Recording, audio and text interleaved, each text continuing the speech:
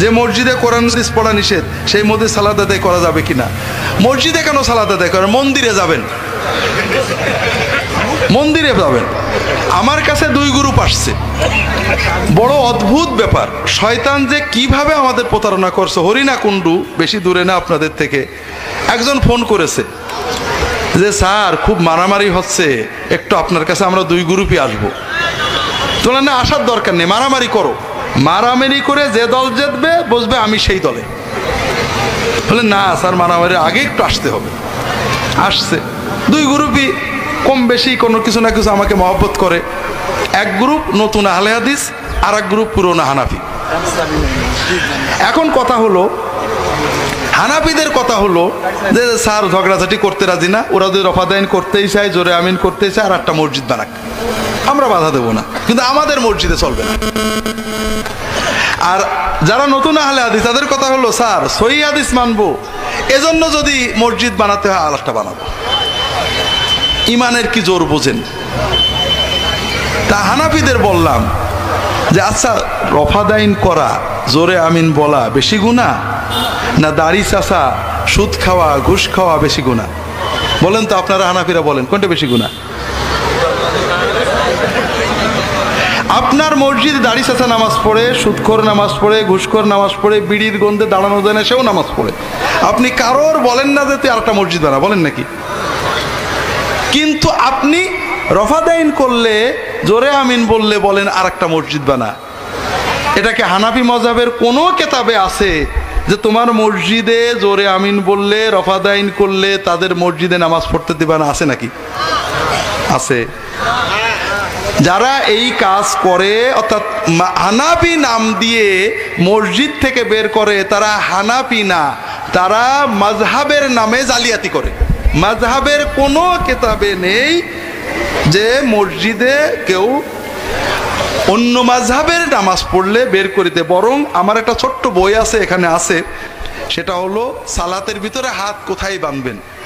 দেখবেন আবু হানিফা সহ হানাফি মাযহাবের ইমামরা সবাই, এই আমি এক মসজিদে নামাজ পড়ছি, কেউ মালিকি, কেউ শাফি, কেউ হানাফি, হানাফির পাশে দাঁড়িয়ে জোরে আমিন বলছে, আরেকজন আসতে, কেউ কাউকে বাধা দিতেন না।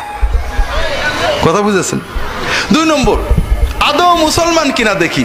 কোনো কোরআনে কোনো হাদিসে আছে যে তুমি সুদখোরের কিছু বলবা না, দাড়ি চাচার কিছু বলবা না, মুখ দিয়ে বক বগাইয়া গন্ধ বেরোই তার কিছু বলবা না, একজন জোরে আমিন রফাদাইন করেছে বলবা? আছে নাকি? হাদিসে আছে নাকি? নেই। তাহলে আমরা কোরআনও মানলাম না, হাদিসও মানলাম না, মাযহাবও মানলাম না। যারা হাদিস মানবে তাদের বললাম যে ভালো কথা, তুমি সহিহ হাদিস মানবা, সহিহ হাদিস মানবে, রফাদাইন করবে, জোরে আমিন বলবে, দাড়ি দেই। দাড়ির গুরুত্ব বেশি না রফাদাইনের গুরুত্ব বেশি? কোন আমলের গুরুত্ব কোনটের বেশি, এটা কোথার থেকে জানা যায়? নিজের মন গড়া না নবীজির হাদিস থেকে? রাসূলুল্লাহ সাল্লাল্লাহু আলাইহি ওয়াসাল্লাম দাড়ি রেখেছেন, তাই রাখা সুন্নত। দাড়ি রাখতে আদেশ করেছেন, কাজেই রাখা ওয়াজিব। দাড়ি না রাখলে গাল দিয়েছেন, দাড়ি কাটতে নিষেধ করেছেন, কাজেই কাটা হারাম। রাসূলুল্লাহ সাল্লাল্লাহু আলাইহি ওয়াসাল্লাম রফাদাইন করেছেন, না করার হাদিস সহিহ, কাজেই সুন্নত। কিন্তু না করলে কাউকে রাগ করেননি, করার কোনো আদেশ দেননি। তাহলে গুরুত্বের পার্থক্য আছে না? তাহলে আমি দাড়ি রাখলাম না, দাড়ি রাখার আদেশ দিলাম না, দাড়ি চাষলে কাউকে আপত্তি করলাম না, রফাদাইনের গুরুত্ব দিলাম, এটা কিন্তু বিদআত, গুরুত্বগত বিদআত। অর্থাৎ আপনি সহিহ হাদিসকে অসহিভাবে পালন করছেন। 2 নম্বর কথা হলো, রফাদাইন করতে হবে, এটা কি ফরজ?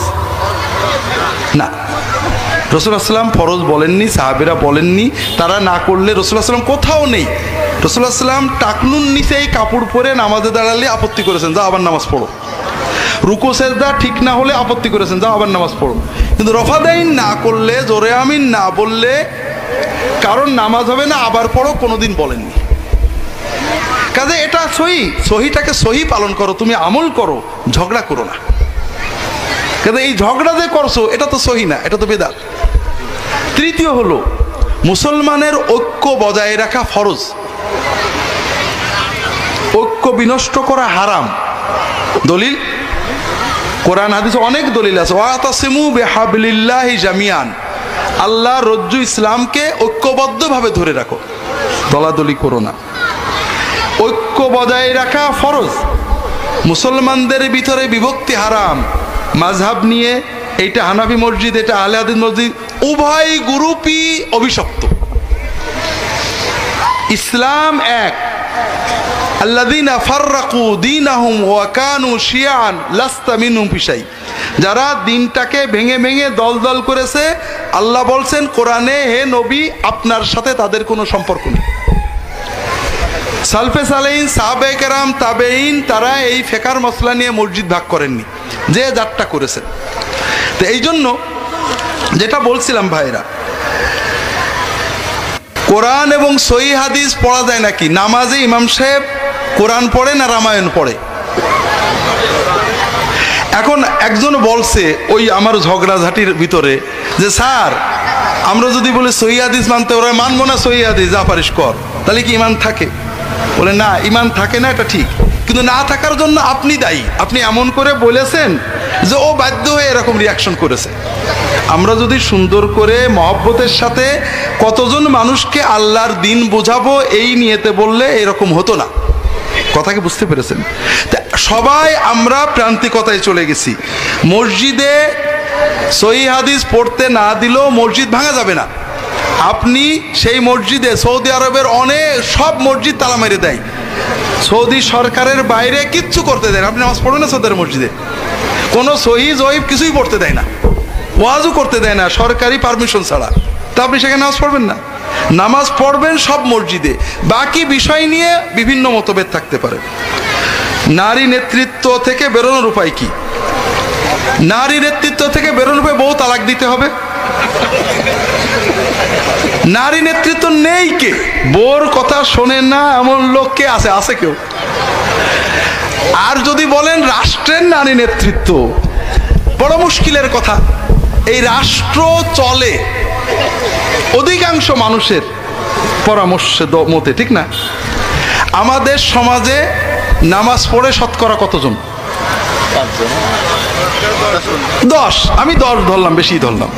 এই 10 জন যারা নামাজ পড়ে, তারা ইসলাম মানে কতজন? নামাজও পড়ে, সুদ খায়, ঘুষ খায়, দাড়ি রাখে না, ধূমপান করে, বউ পর্দা করে না, সিনেমা দেখে, আছে না নেই?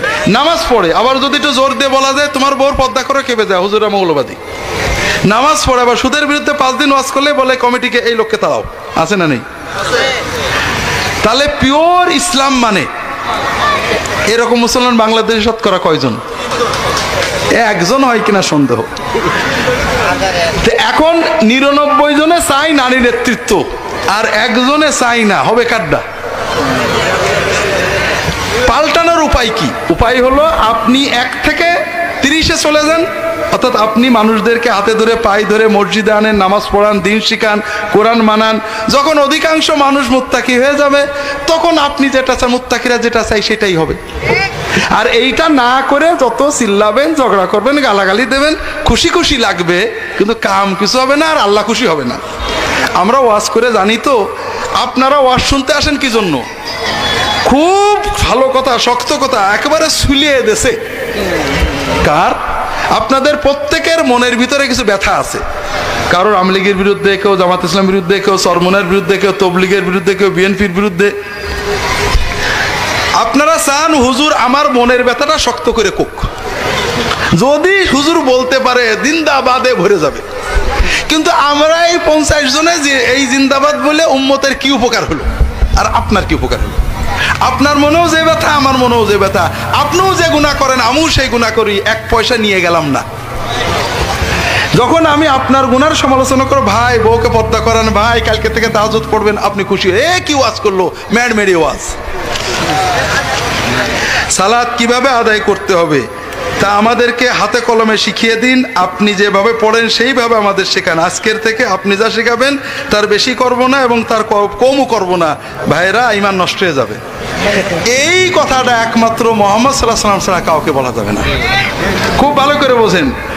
আমি কেন, দুনিয়ার কাউকে যদি আপনি বলেন আপনি যা বলবেন তাই করবো, বেশি করবে না কম করবে না, খবরদার, ইমান নষ্ট হয়ে যাবে। আপনি যা বলবেন আমি নবীর সুন্নতে যাচাই করে নেব, এর বাইরে যাব না, এইটা হলো ইমান। কথা বুঝেছেন? 2 নম্বর কথা হলো, ভাই আমরা জানি আপনারা ঝগড়া করেন। একজন বলছে হানাফিদের নামাজই হয় না, ও হাদিস মতো না। বলেন যে কেন ভাই, আমরা যে আল্লাহু আকবার বলি, আমরা নামাজে দাঁড়াই না? কেবলামুখী হয়ে দাঁড়াই না উত্তরমুখী হয়ে দাঁড়াই? কেবলামুখী হয়ে দাঁড়াই, এটা হাদিস মতো না? হাদিস মতো না রামায়ণ মতো? এই যে হাতগুলো তুলি, হাদিস মতো না? আল্লাহু আকবার বলি, সহি হাদিস মতো না? সুবহানাক আল্লাহুম্মা বলি, সহি হাদিস মতো না? সূরা ফাতিহা পড়ি, সহি হাদিস মতো না? শুধু 8টা মশলা বা 9-10টা মশলা আছে নামাজে, নামাজের ভিতরে প্রায় 1000 মশলা আছে, 1000 সুন্নত আছে। এর ভিতরে মাত্র 10-12টা বা 8-10টা মশলায় ইখতিলাফ আছে। আর ইখতিলাফের সবগুলো বিষয় একটা বাদে মুস্তাহাব। হাত বুকে বাঁধবেন না নাভি বাঁধবেন, কোনো জরুরি মশলা না। রফা দাইন করবেন 1বার না 3বার না 4বার, মুস্তাহাব মশলা, কেউ ফরজ ওয়াজিব বলিনি। এরপরে মনে করেন সেজদায় যাওয়ার সময় আগে হাত দেবেন না আগে কান দেবেন না আগে মাথা দেবেন, এটা মুস্তাহাব মশলা, কোনো ফরজ ওয়াজিব মশলা না। তো এই রকম শুধু সূরা ফাতিহা পড়া এটা ফরজ ওয়াজিব মাসালা, এবং এতেও উভয় পক্ষের হাদিস আছে। তো এই 8-10টা মশলার জন্য আপনারা শুধু ঝগড়া মারামারি করে শেষ করে দেবেন, এটা ঠিক না। তবে আমি কি করে নামাজ পড়ি এটার জন্য ভালো পরামর্শ হলো আমার রাহে বেলায়েত বইটা, একটা নামাজের অধ্যায় আছে, এটা পড়বেন। আমি যেটা বুঝি ভাই, আমার গুনাহগারের কথা যদি শোনেন, আমি যেটা বুঝি সেটা হলো নামাজটা হৃদয় দিয়ে অর্থ বুঝে আল্লাহর কাছে চোখের আবেগ দিয়ে মনের আবেগ দিয়ে পড়াটা হলো আসল কাজ। আপনি নামাজের দোয়াগুলোর অর্থ বোঝেন, সেজদায় আল্লাহর কাছে কাঁদেন, দোয়া করেন, আল্লাহর দিকে মনটাকে রুজু করে সুন্নত কেরাত সুন্নত দোয়া দিয়ে নামাজ পড়েন, এটা যদি অর্জন করতে পারেন এটা আপনার কাজে লাগবে। বাকি যে 8-10টা মুস্তাহাব বিষয় নিয়ে আমাদের ইখতিলাফ আছে। যেমন মনে করেন প্রথম ইখতিলাফ হলো নাভিতে বাঁধবেন না হাঁটুতে রাখবেন না কাঁধে গলায় ঝুলবেন, এটা নিয়ে ইখতিলাফ, তাই না? এটা আমার একটা বই আছে, সালাতে হাত বাঁধার বিধান, এটা আপনারা দলিল সহ বিস্তারিত পাবেন। তবে মুখতাসার কথা হলো 10টা সহিহ হাদিস বা তার বেশি আসছে যে তোমরা নামাজের ভিতরে ডান হাতকে বাম হাতের উপরে রাখবে, কবজির উপরে কবজি, অথবা এখানে অথবা এখানে। কিন্তু রাখার পরে হাত দুটো কোথায় রাখবে কোনো হাদিসে নেই, সহিহ কোনো হাদিস নেই। এ বিষয়ে হাদিসগুলো সবই জয়ীফ। কাজেই হাত এখানে রাখলেও নামাজ হবে, এখানে রাখলেও নামাজ হবে, এটা নিয়ে ঝগড়া করা অত্যন্ত অন্যায়। দ্বিতীয় রফউল ইয়াদাইন, যে দ্বিতীয় ঝগড়া আমরা করি, এর আগে কোনো ঝগড়া আছে আমার জানা নেই। রফউল ইয়াদাইন, রফুল ইয়াদাইন অর্থাৎ রুকুতে যাওয়ার সময়, রুকুতে ওঠার সময় সেজদা, 2 সেজদার মাঝখানে রফুল ইয়াদাইন করা সহিহ হাদিসে আসছে। আবার শুধু একবার করাও সহিহ হাদিসে আসছে, এটাও সহিহ। তবে রুকুতে যাওয়ার সময় রফুল ইয়াদাইন, রুকু থেকে ওঠার সময় রফুল ইয়াদাইন, এটা অনেক বেশি সহিহ, অনেক সাহাবী থেকে বর্ণিত। আমরা মাশাআল্লাহ, আমি বাংলাদেশ সৌদি আরবে ছিলাম, ভাবতাম আহলে হাদিসরা উদার, কারণ সৌদি আরব উদার, যে কোনো মসলাই